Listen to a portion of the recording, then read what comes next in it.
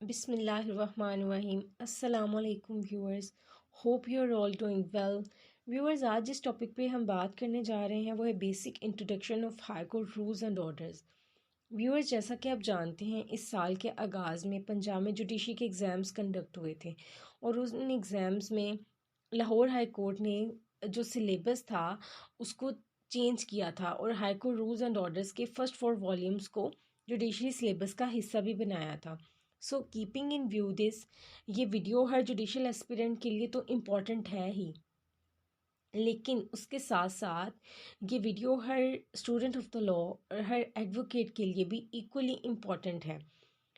Viewers, उसकी वजह ये है कि high court rules and orders में बहुत से प्रैक्टिकल पॉइंट्स को डिस्कस किया गया है और उसके साथ साथ उन तमाम सेक्शंस ऑफ द लॉ को जो कि मुख्तलिफ लॉज में मौजूद हैं उनको इंटरलिंक्ड हैं, उनको इकट्ठा करके उनको high court rules and orders में एक टॉपिक की शक्ल दे दी गई है, जिससे उसको समझना और उसको पढ़ना एक जुडिशियल एस्पिरेंट के साथ साथ एक एडवोकेट और एक स्टूडेंट ऑफ द लॉ के लिए भी उतना ही आसान हो जाता है। So viewers, high court rules and orders को पढ़ने से पहले हमें कुछ बातें हैं जिनके बारे में बेसिक इंफॉर्मेशन होनी चाहिए। सबसे पहले तो हमें ये पता होना चाहिए कि high court rules and orders है क्या। तो viewers, high court rules and orders वो बेसिक रूल्स एंड रेगुलेशंस हैं जो कि हर हाई कोर्ट अपने से मातहत अदालतों के तरीक़ाकार को रेगुलेट करने के लिए बनाती है और उसके साथ साथ अपने खुद के तरीक़ाकार को, प्रोसीजर को रेगुलेट करने के लिए बनाती है। व्यूअर्स, जो हाई कोर्ट है वो इन रूल्स एंड रेगुलेशंस को किस लॉ के तहत बनाती है।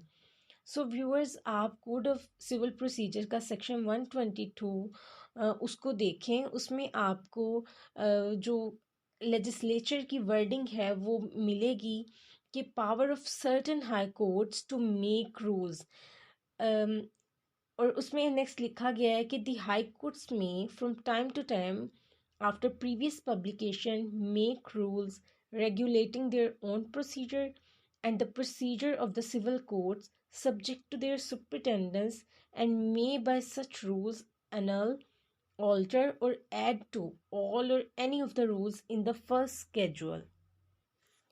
व्यूअर्स, इस सेक्शन को पढ़ के हमें ये बात पता चलती है कि हर हाई कोर्ट के ऊपर लेजिस्लेचर ने ये पावर कन्फर कर दी है कि वो रूल मेकिंग कर सकती है।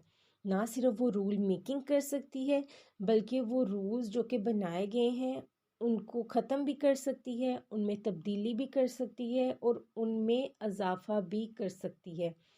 व्यूअर्स, हर हाई कोर्ट के ऊपर ये पावर कन्फर की गई है कि वो रूल मेकिंग करे, लेकिन यहाँ पर एक जो पॉइंट जो काबिल गौर है वो ये है कि हाई कोर्ट सिर्फ उन अदालतों के लिए रूल मेकिंग करेगी जो कि उसकी सुपरिटेंडेंस और उसके कंट्रोल में आती हैं। जैसा कि अगर Lahore high court rule making कर रही है तो पंजाब की जितनी भी डिस्ट्रिक्ट कोर्ट्स हैं, सिविल कोर्ट्स हैं, डिस्ट्रिक्ट कोर्ट्स हैं, सिविल कोर्ट्स हैं, सिविल जजेस first and second and third class की कोर्ट्स हैं, उन पर लागू होंगी और उसके साथ साथ वो अपने प्रोसीजर को रेगुलेट करने के लिए भी high court rules and orders के अंदर ही प्रोविजंस जो है वो बना सकती है। व्यूअर्स, अब आपके जहन में ये क्वेश्चन आ सकता है कि लेजिस्लेशन करना तो पार्लियामेंट ऑफ पाकिस्तान का काम है या provincial assemblies of the concern provinces का काम है, तो ये हाई कोर्ट कैसे रूल मेकिंग कर सकती है, कैसे लॉ मेकिंग कर सकती है। तो व्यूअर्स, आपको इस बात का भी इल्म होना चाहिए कि लेजिस्लेशन जो है वो 2 कैटेगरीज में शामिल है। एक सुप्रीम लेजिस्लेशन है और एक सबॉर्डिनेट लेजिस्लेशन है। सुप्रीम लेजिस्लेशन वो तमाम लेजिस्लेशन है जो कि ना सिर्फ पार्लियामेंट खुद करती है बल्कि प्रोविंशियल असेंबलीज भी करती हैं, और जो सबॉर्डिनेट लेजिस्लेशन है वो तमाम उसको आप अगर उसका हम सिनोनिम ढूंढना चाहें तो उसमें होगा कि वो डेलीगेटेड लेजिस्लेशन है।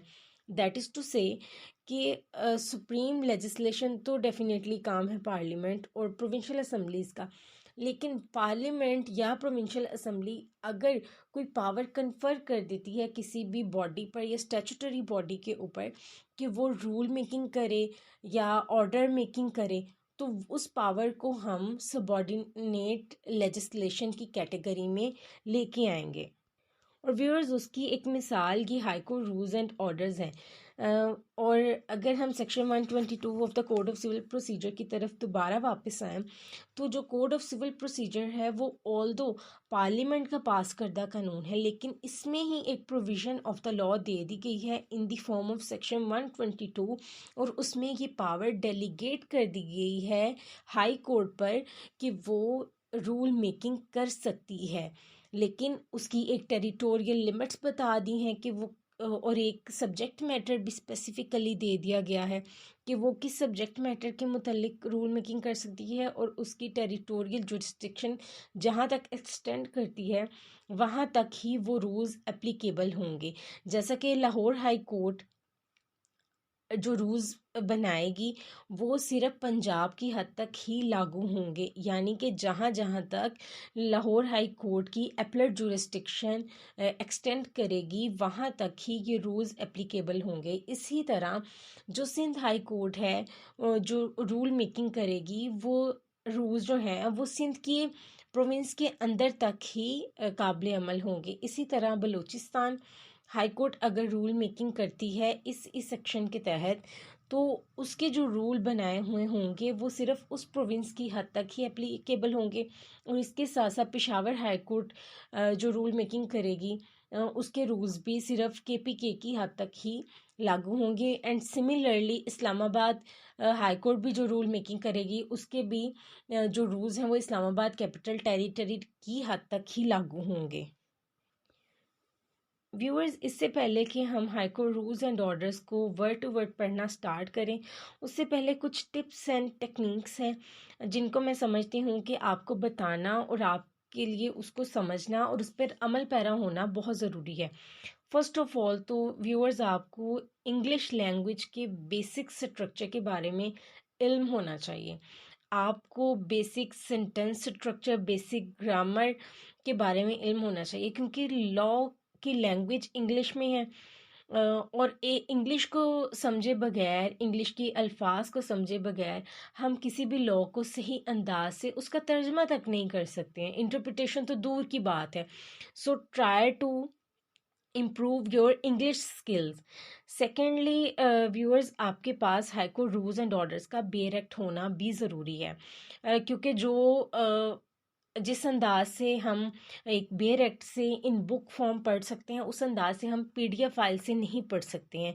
ये मेरा अपना व्यू है, आप इससे इख्तलाफ भी कर सकते हैं, लेकिन मैं समझती हूँ कि एक जुडिशल एस्पिरेंट जो कि एक जुडिशरी के एग्ज़ाम्स के लिए अपेयर होना चाह रहा है, तो वो डेफिनेटली उसके पास high court rules and orders की बुक भी होनी चाहिए, ताकि वो उसको एक अच्छे अंदाज से वर्ड टू वर्ड चीज़ों को देख के पढ़ सके, बनिस्बत इसके कि वो उसको पीडीएफ फाइल में सर्च करना पड़े। यहाँ पर अगर कोई वो पॉइंट होगा जिसको वो लिखना चाहेगा, नोटेबल समझेगा, उसको वो लिख भी सकता है। थर्डली व्यूअर्स, आपके पास जो रिफर्ड लॉ बुक है वो भी होनी चाहिए। अब रिफर्ड लॉ बुक से क्या मुराद है? सपोज़ व्यूअर्स, जब हम high court rules and orders पढ़ेंगे तो व्यूअर्स इसमें जो फर्स्ट वॉल्यूम है वो हमें सिविल कोर्ट्स की जो प्रैक्टिस है उसके मुतल्लिक बताता है। सो सिविल कोर्ट्स की प्रैक्टिस के मुतल्लिक जो लॉ है वो definitely code of civil procedure है। सो इसलिए हमारे पास high court rules and orders के साथ साथ कोड ऑफ सिविल प्रोसीजर का बेयर एक्ट भी एट द सेम टाइम होना चाहिए, क्योंकि व्यूअर्स ये दोनों चीज़ें जब हम मिलाकर पढ़ेंगे तो हमारी एक अच्छी कॉम्प्रिहेंशन भी डेवलप होगी और हमें सही अंदाज से इंटरप्रिटेशन ऑफ द स्टैट्यूट करने में भी मदद मिलेगी। नेक्स्ट पॉइंट व्यूअर्स, ये जो नेक्स्ट पॉइंट है self study, it is the most important point. Viewers, जब तक आप सेल्फ रिलायंट और सेल्फ स्टडी की आदत नहीं डाल लेते, आपके लिए चीज़ें कॉम्प्लेक्स से कॉम्प्लेक्स होती चली जाएंगी। आपने जब भी लेक्चर सुनना है, किसी भी यूट्यूबर का लेक्चर सुने, मेरा लेक्चर सुने, आपको जिस टॉपिक के ऊपर आप लेक्चर सुनना चाह रहे हैं उसके मुतल्लिक ऑलरेडी आपने अपनी दिमागी सलाहियतों को इस्तेमाल करते हुए पूरी एक कॉम्प्रिहेंशन डेवलप कर लेनी है। सारा कुछ यूट्यूब से नहीं मिल जाता, आपको खुद भी एफर्ट करनी पड़ती है। आपने चीज़ों को कोशिश करना है कि सबसे पहले खुद समझें। सपोज अब हाइकू रूल्स एंड ऑर्डर्स को ही हम पढ़ने जा रहे हैं, उसका सपोज फर्स्ट चैप्टर के मुतल्लिक आप लेक्चर सुनने जा रहे हैं, तो कोशिश करें कि सबसे पहले हाइकू रूल्स एंड ऑर्डर्स के फर्स्ट चैप्टर को खुद से पढ़ें, ताकि आपके माइंड में एक gist of the content develop हो जाए। और जब आप उस लेक्चर को सुनेंगे तो आई विल बेट यू कि आप उसको बहुत ही अच्छे अंदाज से कॉम्प्रिहेंड कर सकते हैं, बनिस्बत के आप ऑफ हैंड उस लेक्चर को सुनना शुरू कर दें तो आपके माइंड में वो चीज़ें उस अंदाज से नहीं बैठती हैं जिस अंदाज से आप एक सेल्फ स्टडी करने के बाद उन चीज़ों को सुनेंगे, तो आपके माइंड में वो चीज़ें ज़्यादा अच्छे अंदाज से आपको वो याद। Next point that is very common, आपके पास एक नोटबुक होनी चाहिए। जब भी आप लेक्चर सुने आपके पास एक नोटबुक हो जिसमें आप ना सिर्फ उन पॉइंट्स को नोट करें जो कि आप समझते हैं कि ये इम्पॉर्टेंट पॉइंट्स हैं लेक्चर में, बल्कि उसके साथ साथ उन क्वेरीज को भी नोट डाउन कर लिया करें जो कि आप आइंदा के लिए पूछना चाहते हैं। और अगर आपको कोई भी क्वेरी हो तो आप मुझसे कमेंट सेक्शन में पूछ सकते हैं। Next one, last but not the least, that is determination and patience. Viewers, जैसा कि आप जानते हैं कि हाइको रूल्स एंड ऑर्डर्स एक काफ़ी बल्कि बुक है और उसको पढ़ना भी definitely it's a time consuming, लेकिन you need not to be dishearten, you need to be very determined and you must have patience। जब तक ये दोनों बातें नहीं होंगी तो इसको पढ़ना that would be an uphill task. So आपने डिटर्मिन्ड रहना है, आपने पेशेंस रखनी है, फिर ही हम इसको पढ़ सकते हैं।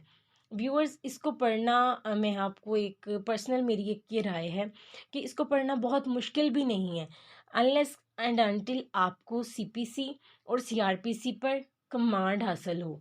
कमांड इन द सेंस कि जब हम इसको पढ़ेंगे तो आप देखेंगे कि बहुत से रेफरेंस जो हैं वो सीपीसी और सीआरपीसी के ही इस्तेमाल हो रहे हैं, लेकिन हमें इसको पढ़ने से पहले डेफिनेटली सीपीसी और सीआरपीसी की कॉम्प्रिहेंशन होगी, तभी हम इसको पढ़ सकेंगे और इन अ वेरी इजी वे और इन अ वेरी कॉम्प्रिहेंडेबल वे से हम इसको पढ़ सकेंगे। सो व्यूअर्स, ये थी आज की video. Hope you like it और आपको बहुत कुछ उसमें सीखने के लिए मिला होगा। सो इंशाल्लाह नेक्स्ट वीडियो से हम अपना हाइको रूल्स एंड ऑर्डर्स का फर्स्ट वॉल्यूम प्रॉपरली स्टार्ट करेंगे। So stay tuned, do like, subscribe and share. Okay, अल्लाह हाफिज़।